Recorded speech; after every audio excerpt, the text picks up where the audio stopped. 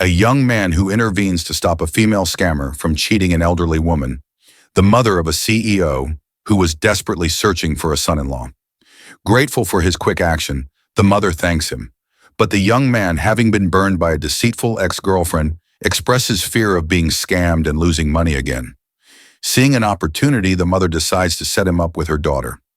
Just as she attempts the introduction, her daughter, the CEO of the company where the young man intends to apply for a job, arrives.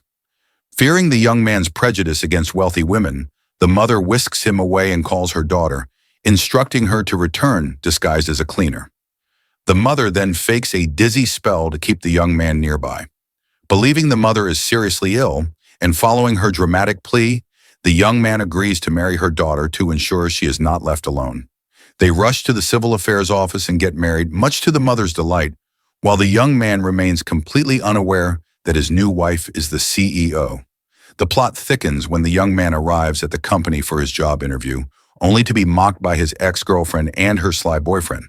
The boyfriend sabotages the interview by hiding the young man's resume and falsely accusing him of seeking the job, only to court the CEO. Undeterred, the young man directly petitions the CEO for a second chance. Impressed by his profile, the CEO hires him. As a new hire, the young man faces constant hostility, primarily from the sly boyfriend, who spreads rumors that he only secured the job through connections. The boyfriend then locks the young man in the CEO's office overnight.